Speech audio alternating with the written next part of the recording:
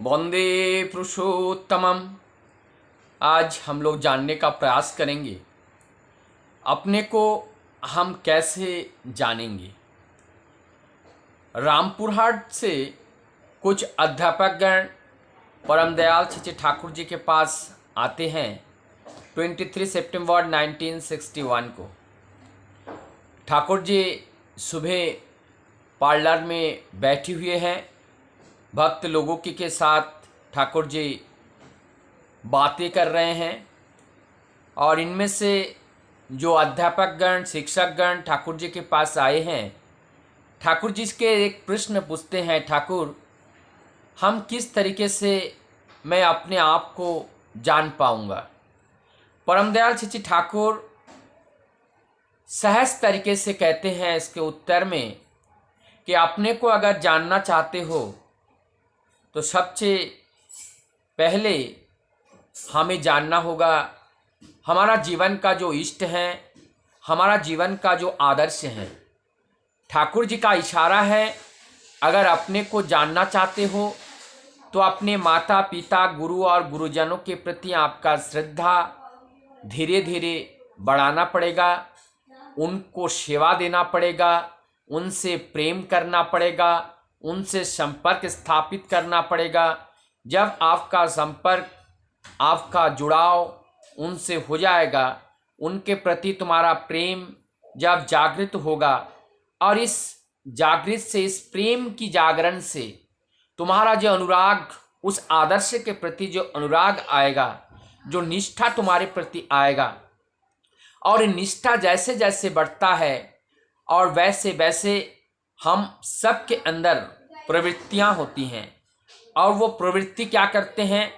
हमें खींच के ले जाते हैं, शरीर सुख के कार्य कराने के लिए हमें ले जाते हैं। लेकिन अगर हमारा अनुराग इतना ज़्यादा है आदर्श के प्रति, इष्ट के प्रति, मंगलमय के प्रति, तब हमारा वो प्रवृत्ति का जो खिंचाव है वो खींच करके हमें लेके नहीं जा पाते हैं। प्रवृत्ति का खिंचाव में अगर वो खींच करके हमें ले जाएं तो हमें प्रवृत्तिमुखी बना देते हैं, और जब हम प्रवृत्तिमुखी हो जाते हैं तब हमें ये ईश्वर की बात, सत्य की बात,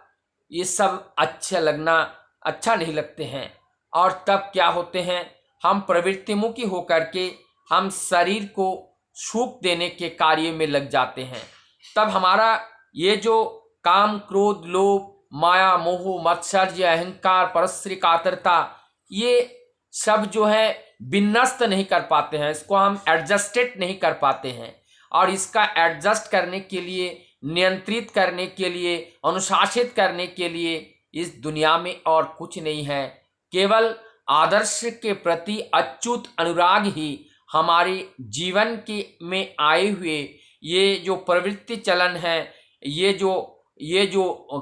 वृत्ति प्रवृत्ति का जो खिंचाव है, यह हमारे अंदर जो वृत्तिमुखी चलन है, इस चलन को रोक करने का या रोध करने का एक मात्र केवल शक्ति अगर कहीं से मिलता है, वो है हमारे जीवन का इष्ट अनुराग। और इष्ट स्वार्थ प्रतिष्ठा हमारे जीवन में मुख्य करके रखना पड़ेगा।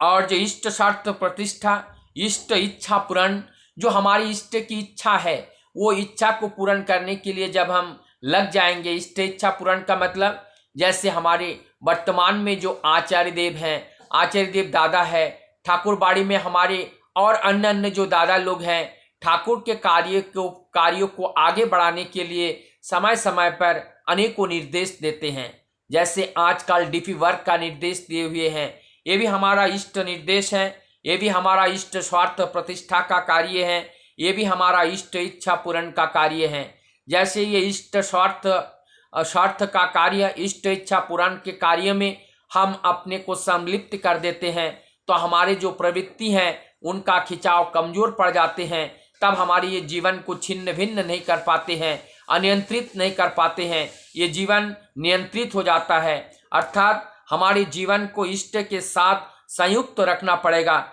जिससे क्या होगा, हमारे फाइन ट्रेट जो है वो जग जाएगा। फाइन ट्रेट का मतलब होते हैं हमारे जो सूक्ष्म अति सूक्ष्म जो वैशिष्ट हमारे अंदर हैं, जो गुणावली हमारे अंदर हैं, जो गुणावली हमारे अंदर सृष्टिकर्ता ने दे करके भेजे हैं, जिसको हम जान नहीं पा रहे थे, जो समझ नहीं पा रहे थे, अर्थात हमसे जिस कर्तव्य को करने के लिए प्रभु ने इस धरती पर भेजा है वही हमारा वैशिष्ट है। प्रवृत्ति का बहुत ज़्यादा खिंचाव, प्रवृत्ति का बहुत ज़्यादा अटैक जब हो जाते हैं, तब हमारी जो वास्तविक वैशिष्ट हैं, वास्तविक जो कर्तव्य हैं वो हम भूल जाते हैं और कर्तव्य पथ पे ना चल के कर्तव्य विपथ पे चलते हैं। उससे दुष्परिणाम हमारे जीवन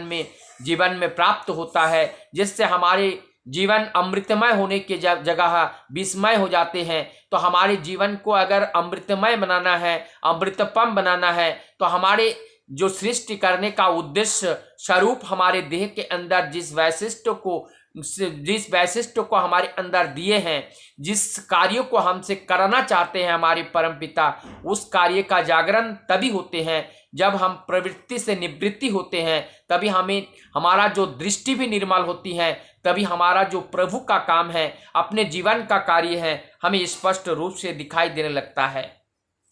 इस तरीके से जब इष्टों की जानने की चेष्टा हम करते हैं और इष्टों की चेष्टा जानने की चेष्टा जब हम करेंगे और जब इष्टों को जानेंगे तो हम अपने आप को जान जाएंगे। क्योंकि जब हम इष्ट को जानते हैं, इष्ट के प्रति हमारा अच्युत अनुराग होते हैं, तो हमारा निष्ठा, हमारा जो प्रवृत्ति मुखर जो टान है, वो टान हमें कमजोर नहीं कर पाते हैं, हमें विचलित नहीं कर पाते हैं, मन को खंडित नहीं कर पाते हैं। तब हम एक केंद्रित होकर के हम प्रभु को कार्य करने में समर्थ होते हैं। हम बहिर्मुखी नहीं होते हैं, हम अंतर्मुखी होते हैं और अंतर्मुखी होकर के हम अपने आप को जान पाते हैं, अपने उद्देश्य को जान पाते हैं, अपने वैशिष्ट को जान पाते हैं और पुरुषोत्तम के दिए निर्देश को माथे पे लेकर चलने का वो क्षमता भी हमारे अंदर तब जागरण होता है। आइए परमपिता की उस इच्छा को हमारे देह से कार्य करके उसको मूर्त करने का प्रयास करें और उसी में ही हमारा आत्मदर्शन होगा, उसी में ही हमारा आत्म साक्षात्कार होगा,